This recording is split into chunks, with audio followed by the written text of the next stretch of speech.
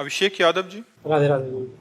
राधे राधे महाराज जी। महाराज जी, नशा समाज के पतन का मुख्य कारण बनता जा रहा है। अक्सर जो दुराचारों की घटना बहन बेटियों के साथ होती है उसमें नशा एक मुख्य कारण होता है। नशे की हालत में इंसान का डर सा खत्म हो जाता है, उसे सही गलत का होश नहीं रहता, तो महाराज जी वो ऐसे ही काम करने लग जाता है। महाराज जी, मेरा निवेदन था कि नशा रोकने के लिए मार्गदर्शन दें ताकि ऐसी घटनाओं पर रोक लग सके। देखो, हमारा उपाय सब रोकने के लिए है। बेविचार रोकने के लिए, नशा रोकने के लिए, अधर्म रोकने के लिए, पाप रोकने के लिए, डिप्रेशन रोकने के लिए, चिंता रोकने के लिए, सबका उपाय एक ही है, अध्यात्म। जब तक आप अध्यात्म से नहीं चलोगे तब तक आपका सुधार नहीं होगा। अध्यात्म से एक भय पैदा हो जाता है, मैं ये पाप कर्म नहीं करूंगा, अरे ये निंदनीय। आज हजारों या हम लाखों कह सकते हैं, लाखों हमारे नौजवान भाई नशा छोड़ दिए, शराब छोड़ दिए, मांस छोड़ दिए, गंदी बातें छोड़ दी। यहीं आके बताते हैं कि हमको 1 वर्ष हो गया छोड़े, हमें 6 महीना हो गया, हमें साल भर हो। तो अध्यात्म ही तो छुड़वा रहा है। जैसे जैसे वो अध्यात्म सुन रहे हैं, अध्यात्म को धारण कर रहे हैं, वैसे वैसे गंदे आचरण त्यागते जा रहे हैं। अभी अगर नौजवान भाई थोड़ा अध्यात्म की तरफ झुके तो इनका सुधार हो। अब अध्यात्म से मतलब नहीं, केवल अब नौजवानी है और धर्म को कभी जाना नहीं, शास्त्र पढ़ा नहीं, संत संग किया नहीं, तो बस मनमानी आचरण चल रहा है, मनमानी आचरण चल रहा है। जो जितना गंदा जीवन जी सके वही उतना अपने को श्रेष्ठ मान रहा है। क्लब जाना, शराब पीना, ड्रग्स, तो इससे बहुत बड़ी हानि हो रही है, हमारे समाज की बहुत बड़ी हानि हो रही है। अब एक गृहस्थी में जो नया लड़का ब्याह करना चाहता है वो बहुत डर गया है। पति पत्नी में विश्वास चला गया।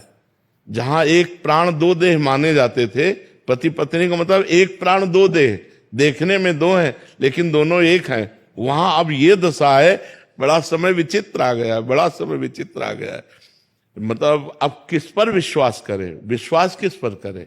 कम से कम ये होता था कि सुहाग भर लिया तो अपने सुहाग की रक्षा करेगी, वही अपने अपने सुहाग को। तो बड़ा विचित्र है, बड़ा विचित्र समय आ गया है।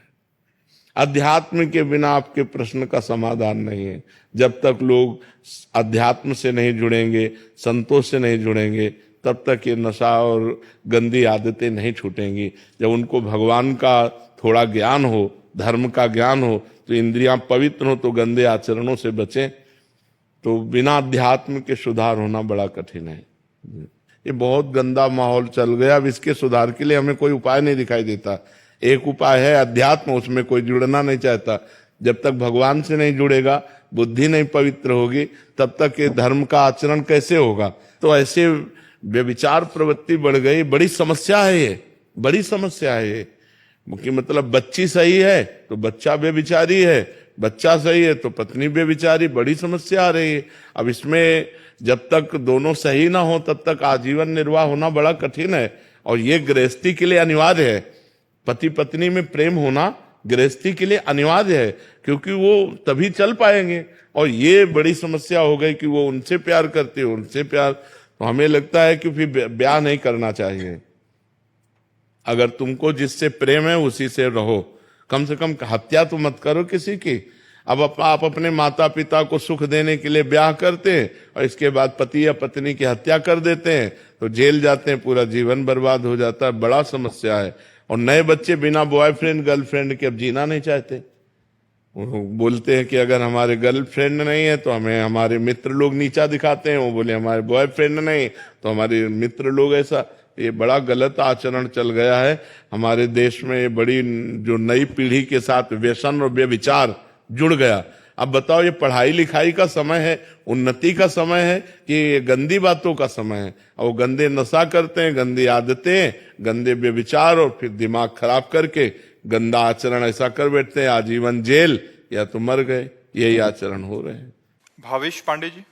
राधे राधे।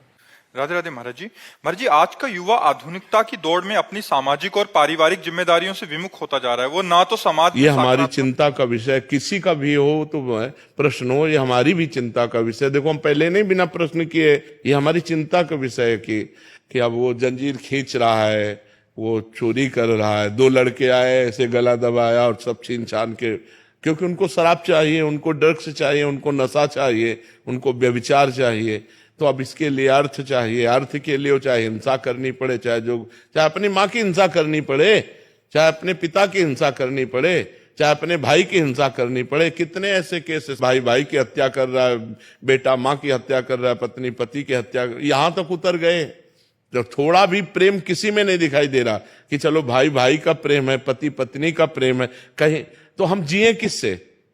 कम से कम गृहस्थी में है तो एक परिवार है, उसमें आपस में प्रेम है, तो जो कुछ कमा के लाए जब खाए, प्रेम से बैठे, आनंद से बैठे, हमारे संबंध हो तो विश्वसनीय है कि ये हमारी पत्नी है, ये हमारा पुत्र है, ये हमारा भाई है, ये हमारी माँ है। अब संबंध भी विश्वसनीय नहीं, तो ये जो समय चल रहा है ये ठीक नहीं है। ऐसे ठीक नहीं है। ऐसे आगे चल करके परिवार का परिवार सब नष्ट हो जाएंगे।